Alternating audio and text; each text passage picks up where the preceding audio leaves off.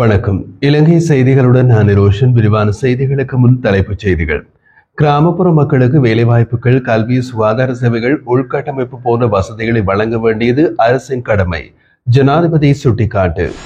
இலங்கைக்கு சர்வதேச தலையீடு தேவையில்லை என்று வெளிவிவகார அமைச்சர் விஜித ஹேரத் தெரிவிப்பு. மொத்தம் 175 எம்பிக்களில் 80 பேர் இதுவரை தங்கள் சொத்து மற்றும் பொறுப்பு விவரங்களை சபாநாயகரிடம் சமர்ப்பிக்கவில்லை என்று தகவல். செம்மணி புதைகுழி விவகாரம் தொடர்பாக கவலை வெளியிட்டுள்ள பிரித்தானிய அரசாங்கம் கடந்த கால மனித உரிமை மீறல்களுக்கு பொறுப்பேற்க வேண்டும் என்று வலியுறுத்தல். தொடர்வது விரிவான செய்திகள். இலங்கையின் பொருளாதாரம் மீள ஆரம்பித்தாலும் அந்த நன்மைகள் கீழ்மட்ட கிராமிய மக்களிடம் எட்டாவிட்டால், அந்த அளவுக்கு பொருளாதார வளர்ச்சி ஏற்பட்டாலும் அது பயனளிக்காது என்று ஜனாதிபதி தெரிவித்துள்ளார். அலரி மாளிகையில் நடைபெற்ற சமூக சக்தி வேலை திட்ட ஆரம்ப நிகழ்வில் உரையாற்றியவர் கிராமப்புற மக்களின் வாழ்வாதாரத்தை மேம்படுத்துவதும் அவர்களை பொருளாதார பங்கேற்பாளர்களாக மாற்றுவதும் அரசாங்கத்தின் முக்கிய பொறுப்பாக இருக்க வேண்டும் என்று வலியுறுத்தினார். இதன்போது அவர் மேலும் குறிப்பிடுகையில், பொருளாதார வளர்ச்சியுடன் அதனோடு இணைந்து பொருளாதார விரிவாக்கமும் அவசியம் என்பதுடன் கிராமப்புற மக்களுக்கு வேலைவாய்ப்புகள், கல்வி, சுகாதார சேவைகள், உள்கட்டமைப்பு போன்ற வசதிகளை வழங்க வேண்டியது அரசின் கடமை. சமூக சக்தி திட்டம் வறுமை ஒழிப்பு மற்றும் சமூக பாதுகாப்பை நோக்கமாக கொண்டு உருவாக்கப்பட்டுள்ளது. நிவாரண திட்டங்களில் அரசியல் தலையீடு குறைக்கப்பட வேண்டும். அது தகுதியானவர்களுக்கு மட்டுமே வழங்கப்பட வேண்டும் என்றார். மேலும் அரசு இயந்திரத்தில் புதுமையான மாற்றங்கள் தேவை. நிர்வாகம், தரவுகள், திட்ட ஒழுங்குமுறை, கிராமப்புற அபிவிருத்திக்கு ஒருங்கிணைந்த மற்றும் இலக்கு நோக்கிய நடவடிக்கைகள் தேவை. கிராமப்புற வறுமையினை உண்மையில் ஒழிக்க அரசாங்கம், அதிகாரிகள், பொதுமக்கள் ஆகியோர் ஒரே குழுவாக செயல்பட வேண்டும் எனவும் சமூக சக்தி திட்டம் அதன் ஒரு ஆரம்பமாகும் என்றும் ஜனாதிபதி கூறினார். இலங்கைக்கு சர்வதேச தலையீடு தேவையில்லை என்றும் நாட்டின் அரசமைப்பு, சட்டம் மற்றும் நீதித்துறை கட்டமைப்புகள் ஊடாக தேவையான நடவடிக்கைகள் எடுக்கப்படும் எனவும் விஜித ஹேரத் தெரிவித்துள்ளார். தனியார் தொலைக்காட்சி ஒன்றுக்கு வழங்கிய நேர்காணலின் போது அவர் இதனை தெரிவித்திருந்தார். எதிர்வரும் செப்டம்பரில் ஐநா மனித உரிமைகள் கூட்டத்தொடர் நடைபெற இருக்கிறது. அந்த கூட்டத்தில் மனித உரிமைகள் ஆணையாளர் இலங்கைக்கு வருகை தந்தது ஒரு நல்ல சந்தர்ப்பமாகும். அவர் நேரில் நிலைகளை பார்த்ததால் தமக்கான அறிக்கையினை தயாரிப்பது எளிதாக இருக்கும். தாங்கள் ஆட்சி பொறுப்பு ஏற்கும் நேரத்திலிருந்து பல்வேறு முக்கியமான மாற்றங்களை நாட்டில் கொண்டு வந்துள்ளோம் என்றார். அவர் தொடர்ந்தும் கூறிய போது, பொருளாதார சமத்துவம் மற்றும் மனித உரிமைகளுக்கான நடவடிக்கைகள் எடுக்கப்பட்டுள்ளன. அவற்றை மனித உரிமைகள் ஆணையாளர் நேரில் பார்த்திருக்கின்றார். நாங்கள் எதையும் மறைக்கவில்லை. அனைத்தையும் வெளிப்படை தன்மையுடன் முன்னெடுக்கப்படுகின்றன. அதேவேளை பயங்கரவாத தடை சட்டம் தொடர்பிலும் அவர் குறிப்பிட்டிருந்தார். செப்டம்பர் மாதம் 1வது வாரத்தில் அந்த சட்டத்தை நீக்குவதற்கான வர்த்தமானி வெளியிடுவதை அரசாங்கத்தின் திட்டமாக இருக்கிறது எனவும் வெளிவிவகார அமைச்சர் விஜித ஹேரத் வலியுறுத்தினார்.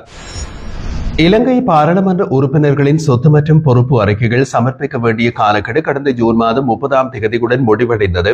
எனினும் மொத்தம் 175 எம்பிக்களில் 80 பேர் இதுவரை தங்கள் சொத்து மற்றும் பொறுப்பு விவரங்களை சபாநாயகரிடம் சமர்ப்பிக்கவில்லை என்று தெரிவிக்கப்படுகிறது. இந்த நிலையில் சொத்து மற்றும் பொறுப்பு அறிக்கைகளை சமர்ப்பிக்க தவறிய எம்பிக்கள் மீது சட்ட நடவடிக்கை எடுக்கப்படும் என்று சம்பந்தப்பட்ட வட்டாரங்கள் தெரிவித்துள்ளன. மேலும் புதிய சட்டத்தின் அடிப்படையில் அறிக்கைகளை சமர்ப்பிக்க தவறுகின்ற எம்பிக்களின் மாத சம்பளத்தில் 1/3 பங்கை பணமாக பிடித்து தீர்வதற்கும் அந்த ஆணையத்திற்கு அதிகாரம் உள்ளது. ஒவ்வொரு எம்பியும் ஒவ்வொரு ஆண்டு மார்ச் மாதம் 31ஆம் தேதிக்கு முன்னர் தமக்கு சொந்தமான அனைத்து சொத்துக்களின் விவரங்களையும் சபாநாயகரிடம் கட்டாயம் சமர்ப்பிக்க வேண்டும். இதனிடையே முன்னாள் எம்பிக்கள் மற்றும் முந்தைய பாராளுமன்ற ஊழியர்களில் பலரும் தங்கள் சொத்து அறிக்கைகளை இன்னமும் தாக்கல் செய்யவில்லை என்பதும் குறிப்பிடத்தக்கது. உள்நாட்டு வரி வசூல் திணைக்களத்தால் பண்டாநாயக்க சர்வதேச விமான நிலையத்தில் அமைக்கப்பட்டுள்ள புதிய சேவையை அமைச்சர் சுனில் ஹெந்துனத்தி மற்றும் நிதி பிரதி அமைச்சர் அனில் ஜெயந்த பெர்னாண்டோ தலைமையில் நேற்று உத்தியோகபூர்வமாக ஆரம்பித்தனர். இந்த சேவையின் மூலம் 90 நாட்களுக்கு குறைவாக இலங்கையில் தங்கி 50,000 ரூபாவுக்கும் பெறுமதியான பொருட்களை கொள்வனவு செய்து பெறுமதி சேர்க்கப்பட்ட வரி செலுத்திய சுற்றுலா பயணிகள் அதனை மீண்டும் பெற்றுக் கொள்ளலாம்.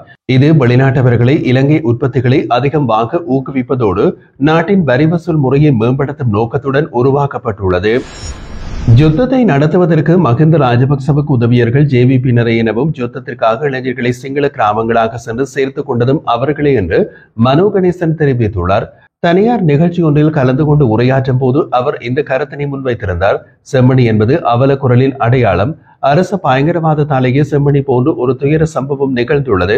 முன்னதாக உள்நாட்டில் இடம்பெற்ற யுத்தத்தின் அடிப்படை காரணமே அதிகார பகிர்வு என்று குறிப்பிட்ட மனோ கணேசன், இந்த விடயத்தை அமைச்சர் சந்திரசேகர் ஜனாதிபதி அனரவுக்கும் டில்வின் சில்வாவுக்கும் எடுத்து சொல்ல வேண்டும். மேலும் யுத்தத்தை நடத்துவதற்கு மஹிந்த ராஜபக்சவுக்கு உதவியர்கள் மக்கள் விடுதலை முன்னணியினரே எனவும் சிங்கள கிராமங்கள் தோறும் சென்று யுத்தத்திற்கு இளைஞர்களை சேர்த்துக் கொண்டதும் அவர்களே என்றும் மனோ கணேசன் குறிப்பிட்டுள்ளார். செம்மணி மனித புதைகுழியில் ஒரே நேரத்தில் பலர் தாறுமாறாக புதைக்கப்பட்டிருப்பது தெளிவாக தெரிகிறது என்று சட்டத்தரணி விஸ்வலிங்கம் மணிவண்ணன் தெரிவித்தார். வெள்ளிக்கிழமை நடைபெற்ற அகழ்வாய்வு பணிகளை பார்வையிட்ட பிறகு ஊடகங்களுக்கு கருத்து தெரிவித்த அவர், தற்போது 40க்கும் மேற்பட்ட எலும்புக்கூடுகள் கண்டறியப்பட்டிருப்பது இது மிகப்பெரிய மற்றும் திட்டமிட்ட வகையில் செய்யப்பட்ட மனித கொலை சம்பவம் என்று காணப்படுவதற்கான அடையாளம் என்று கூறினார். மரணமடைந்தவர்கள் உடைகள் இல்லாத நிலையிலும் குழந்தைகளின் எலும்புகளும் காணப்படுவதாகவும் இதன் பின்னணியில் திசை திருப்பு முயற்சிகள் இருந்திருக்கலாம் என்றும் சந்தேகம் எழுப்பியுள்ளார். சட்டத்திறனிகள் இந்த அகழ்வு பணிகளை தொடர்ந்து கண்காணிக்க தயாராக உள்ளனர் என்றும் சர்வதேச கண்காணிப்புடன் அரசியல் தலையீடுகள் இன்றி முழுமையான விசாரணைகள் நடத்தப்பட வேண்டும் என்றும் அவர் வலியுறுத்தியுள்ளார். செம்மணியில் 600 வரை உடலங்கள் புதைக்கப்பட்டதாக முன்பே சாட்சியம் அளிக்கப்பட்டுள்ளதை நினைவுபடுத்திய அவர், காணாமல் ஆக்கப்பட்டவர்களின் உறவினர்கள் தரும் சாட்சிகள் உண்மையினை வெளிக்கொண்டு வர உதவக்கூடியவை என்றும் அவர் தெரிவித்தார். செம்மணி மனித புதைகுழி விவகாரம் தொடர்பாக பிரித்தானிய அரசாங்கம் தமது ஆழ்ந்த கவலையை வெளியிட்டுள்ளது. மேலும் கடந்த கால மனித உரிமை மீறல்களுக்கு பொறுப்பேற்க வேண்டும் என்றும் அதன் முக்கியத்துவத்தையும் வலியுறுத்தியுள்ளது. இந்த நிலைப்பாடு செம்மணியில் மேற்கொள்ளப்பட்டு அகழ்வு பணிகள், தடயவியல் விசாரணைகள் மற்றும் பாதிக்கப்பட்டவர்களின் நலன்களை முன்னிலைப்படுத்திய ஆலோசனைகள் ஆகியவற்றின் பின்னணியில் வெளிவந்துள்ளது.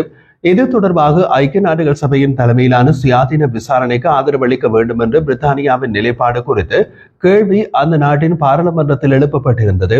இந்த கேள்விக்கு பதிலளித்துள்ள பிரித்தானிய வெளியுறவு, பொதுநலவாய மற்றும் அபிவிருத்தி அலுவலகத்தின் துணை செயலாளர் கேத்தரின் வெஸ்ட் பிரித்தானியாவின் உறுதியான ஈடுபாட்டை வலியுறுத்தியுள்ளார். அவர் மேலும் கூறுகையில், மனித உரிமை மீறல்களுக்கு பொறுப்பேற்க வேண்டிய அவசியம் குறித்து பிரித்தானிய அரசு உறுதியாக உள்ளது.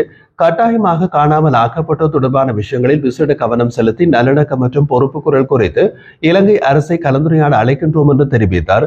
மேலும் கடந்த ஜனவரியில் இலங்கை விஜயத்தின் போது பிரதமர், வெளிவிவகார அமைச்சர், சிவில் சமூக செயற்பாட்டாளர்கள் மற்றும் வடக்கு பகுதி சில அரசியல் தலைவர்கள் உள்ளிட்ட பலரை சந்தித்து இந்த விவகாரம் தொடர்பாக விவாதங்களில் ஈடுபட்டுள்ளதாகவும் கேத்தரின் வெஸ்ட் தெரிவித்துள்ளார். அதேவேளை கொழும்பில் உள்ள பிரித்தானிய தூதரகம் நாடளாவிய ரீதியில் காணாமல் ஆக்கப்பட்ட குடும்பங்களின் நெருக்கமான உறவை பேணுவதாகவும் இந்த விடயங்களை இலங்கை அதிகாரிகளிடம் தொடர்ந்து வலியுறுத்தி வருவதாகவும் அவர் குறிப்பிட்டுள்ளார்.